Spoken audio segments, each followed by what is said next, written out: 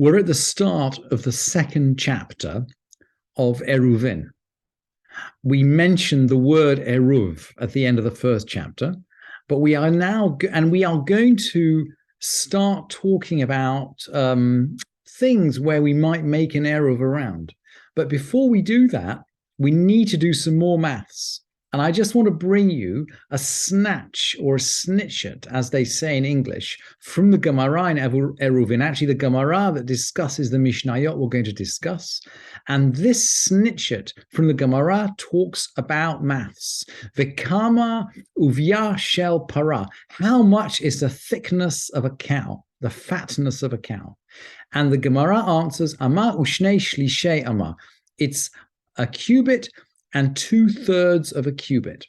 So we learn from that, and you can see, I've just put this out for you on the source sheet. A cow is 1 2/3 amot thick. We need to keep that in mind in order to understand the rest of the Mishnah, and particularly we need to do the multiplication. So if one cow is 1 2/3 amot, then 6 cows are going to be 10 amot, and that's going to be Rabbi Meir. And 8 cows are 13 1/3 amot, and that's going to be Rabbi Yehuda.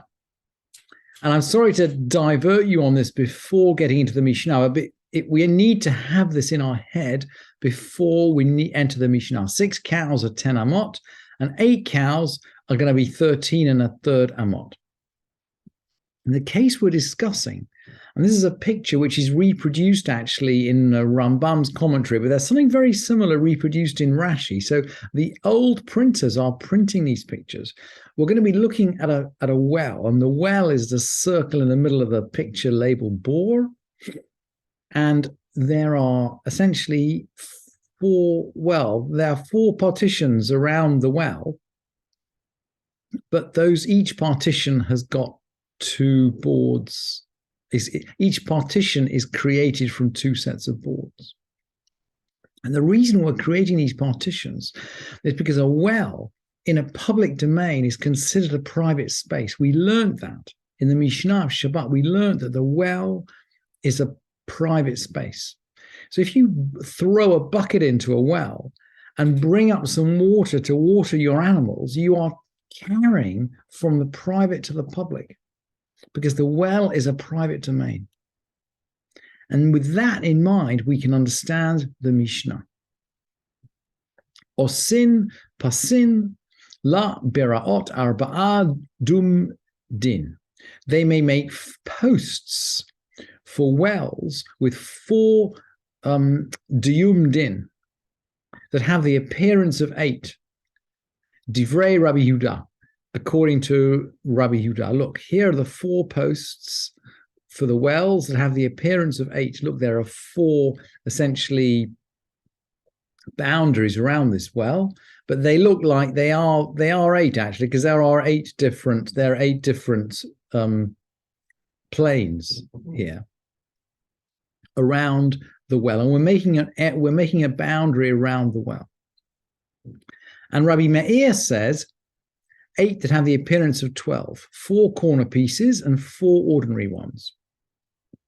Arba'a dium din ve'arba'a pshutin. 4 corner pieces, 4 ordinary ones. So Rabbi Meir will actually add 4 pieces in the 4 gaps, which you can see in the diagram. So he's going to have 12. And their height must be 10 handbreadths. Govhan asarat tefachim. We've learned already that 10 hands breadths is the normal height of a halachic partition. V'rochban shisha, and their width 6. I must say I do not understand why 6, unless perhaps it's twice, because the normal minimal quantity for a partition is 3 tefachim. Maybe it's because they're double. Maybe that's why they need to be 6.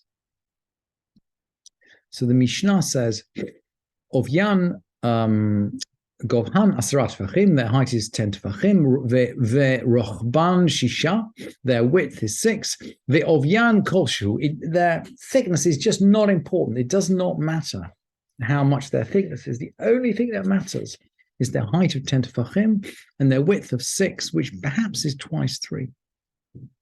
Uveinehem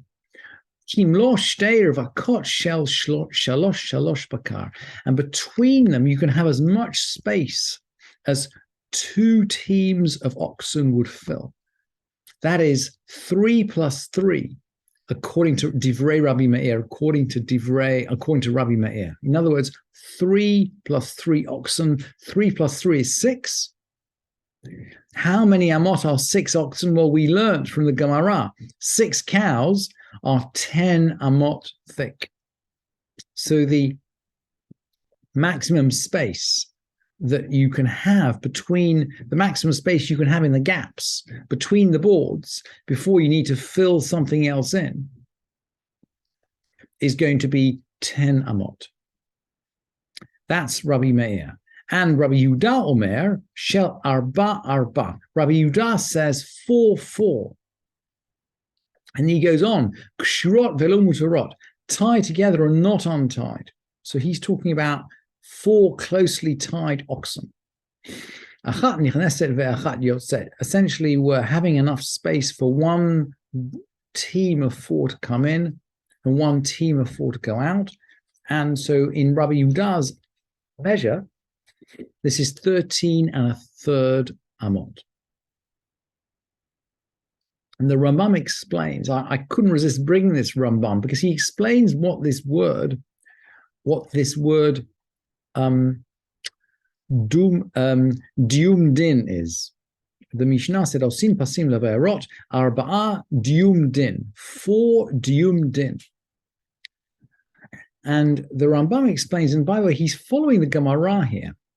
Dium din is a milah murkevet. It's a double-barreled word. Mibeit milot, from 2 words.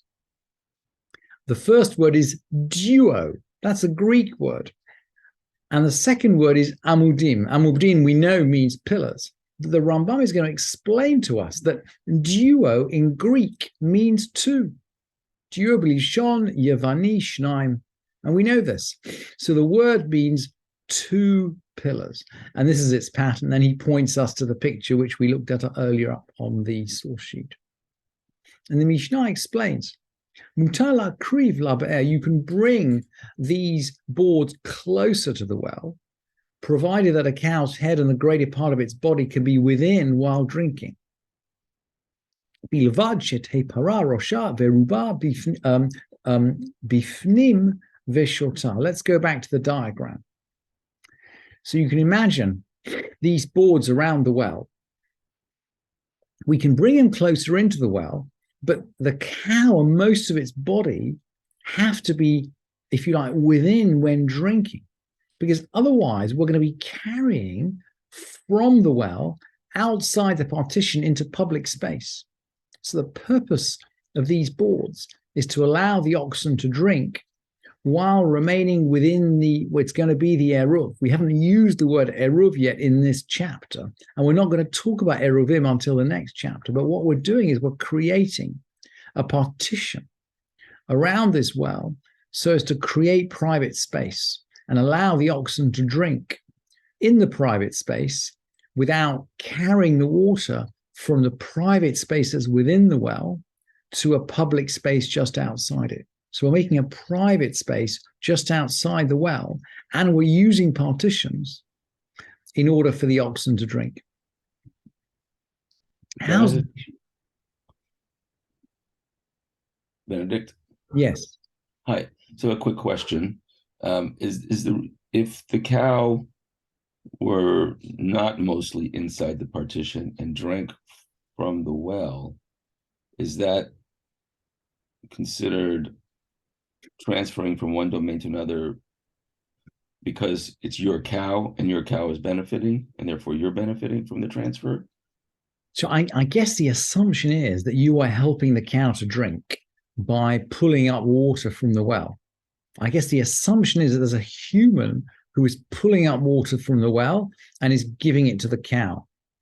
So the cow is not just lapping up the water from the well, but there's a human who's pulling a bucket up and then giving. Right, I could imagine, let's say you had only room for the cow's head to enter inside the partition, right?